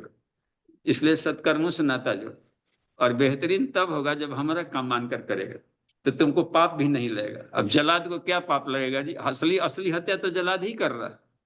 जज ने तो केवल कलम चलाया, हैंग टू बी डेथ बस। लेकिन लटकाने और मारने का काम कौन कर रहा है? तो जलाद कर रहा है। लेकिन जलाद को थोड़ा सा भी पाप नहीं चढ़ा, वो तो गाजर मूली की तरह काटता है। आपने कहा तो काटा, खत्म। हमारी तो ड्यूटी है, वो तो उसको लगता है कि सब्जी काट रहे। तो ये एक बात बन रही है करने का। कैप्टन ने कहा फायर, इसलिए कहा कि तुमको कहाँ दोष लग रहा, हमने कहा तो किया। तो भगवान का काम मानकर करते हैं तो अर्जुन को कोई पाप नहीं चढ़ा कहीं भी, और पर्व के रूप में किया गया उसको धर्म रक्षार्थ में, तो कृष्ण को भी पाप नहीं चढ़ा। देख रहे हैं बात में का, क्योंकि पर्व है, महाभारत पर्व है, कुरुक्षेत्र पर्व, खाली पर्व तो हर मना है वहां। और बर्बरिक ने देखा भी, कि हमने देखा कि युद्ध ही नहीं हुआ है कहीं। अरे मूर्खों, तो लोग ये मर गया, कोई नहीं मरा है, कृष्ण ही मार रहा था, कृष्ण ही मर रहा था। वो एक दिव्य दृष्टि देखिए, सर्वम खलु इदम। तो ये वाली स्थिति आती है आनंद में को उसको पका लेने पर, ये दिव्य दृष्टि साधक में आ जाती है। ठीक है, जी धन्यवाद। तो धन्यवाद बाबूजी, धन्यवाद। जी, शांति पाठ का समय हो गया। एक और कोई है क्या जी? मुझे प्रश्न पूछना था बाबूजी। पूछ लीजिए। प्रणाम बाबूजी, मुझे पूछना था कि आप बोले कि शिक्षा जो है वो एक क्रांति का आधार है ना? तो शिक्षा को हम शांति के रूप में कैसे लेके, क्या शांति से हम अपना पक्ष नहीं रख सकते हैं वार्तालाप करने वक्त? शिक्षा शिक्षा जैसे कि हमने बताया था कि क्रांति का आधार है, तो क्या ऐसे कि जो है शिक्षा में हम शांति के साथ अपना पक्ष नहीं रख सकते, तो एक क्रांति ही होगी क्या? जज तो शांति से फैसला देता है, तो क्रांति होगी कि नहीं होगी? सजा मिल न गई जी, सजा मिलना क्रांति। और उस सजा देने के लिए जज साहब थोड़े खिसला करके चिल्ला फिला कर कुछ बोल रहे थे। तो शांति वाली क्रांति जो होती है वो और ताकतवर होती है। भगवान बुद्ध ने शांति से ही काट दिया अंगुलीमाल का गर्दन, और वहां उसी गर्दन पर एगो बिठा दिया बौद्ध भिक्षु। देखते हैं कमाल का गर्दन। देवर्षि नारद ने तलवार भाला लेकर नहीं गया था रत्नाकर डाकू को हत्या करने, काट दिए शब्द से, शांति से, मुस्कुराकर, हंसते हुए, मजाक में ही काट दिया। और उनके गर्दन में एगो वाल्मीकि नाम का ब्रह्मर्षि वाल्मीकि बना करके गर्दन जोड़ भी दिए। तो शांति वाला क्रांति तो और ताकतवर होता है दीदी। धन्यवाद, आगे बढ़ते हैं। धन्यवाद प्रणाम। बाबूजी। हाँ, मैं हमेशा प्रयास करते रहता हूँ। क्या लिखे हैं जी? कि गलतियों के माफ कर आगे बढ़ता। देखिए ये सब लंबा लिखे हैं, तो नेक्स्ट डे समय पूरा हो गया है। शांति पाठ। ओम शांति, शांति, शांति। समाप्ति।